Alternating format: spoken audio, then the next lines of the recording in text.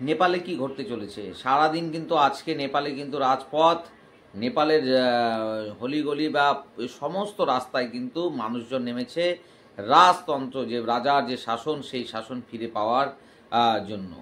রাজার পক্ষ নিয়ে কিন্তু সমস্ত সমাজ বা সমস্ত স্তরের মানুষ কিন্তু আজকে নেমে পড়েছে যে আবার নেপাল সে আগের মতন সেই রাজতন্ত্র ফিরে আসুক।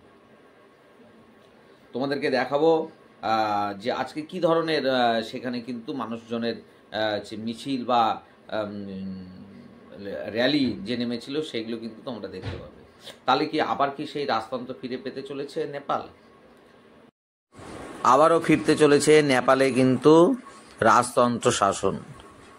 এর আগে ছিল নেপালে রাজাদের যে বংশ পরম্পরায় তাদেরই কিন্তু শাসন চলতো।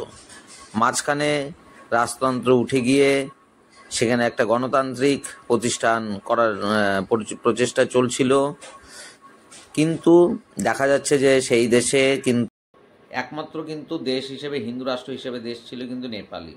সেই নেপাল কিন্তু আস্তে আস্তে আগের কিন্তু আবার মনে হয় যে বিভিন্ন যে হিন্দু সংগঠনগুলো রয়েছে সেই সংগঠনগুলো কিন্তু নেপালকে আবার সেই রাজতন্ত্রে ফিরিয়ে নিয়ে যাওয়ার জন্য কিন্তু চেষ্টা করছে। ভারতের যেমন হচ্ছে বাগেশ্বর বাবা যে ধামের যে মহারাজ আছে তিনিও কিন্তু ঘোষণা দিয়েছে যে নেপাল কিন্তু আবার কিন্তু হিন্দু রাষ্ট্রে পরিণত হবে এবং রাজতন্ত্র সেখানে কিন্তু ফিরে আসবে। তো সেই ধরনের কিন্তু প্রচেষ্টায় কিন্তু সফল হতে পারেনি। সেই জন্য সেখানকার মানুষ কিন্তু এখন আবার নতুন করে চাইছে যে এখানে আবার রাজতন্ত্র ফিরে আসুক। সবার মাং উঠেছে যে রাজা তুমি দেশে আসো, দেশকে বাঁচাও।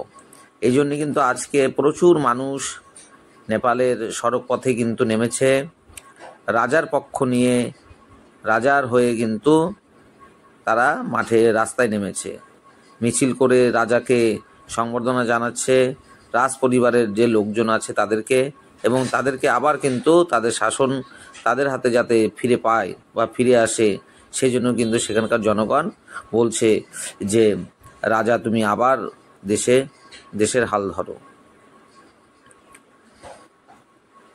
দীর্ঘদিন ধরে কিন্তু এখানে প্রথমে তো আগে রাজতন্ত্রই ছিল, কিন্তু মাঝে গণতান্ত্রিক যে দলগুলি ছিল, কমিউনিস্ট যে কিছু মাওবাদী বা কিছু কমিউনিস্ট পার্টির ছিল, তাছাড়াও অনেক অন্য যে দলগুলি ছিল, কিন্তু তারা কিন্তু দেশকে চালাতে কিন্তু হিমশিম খেয়ে গেছে।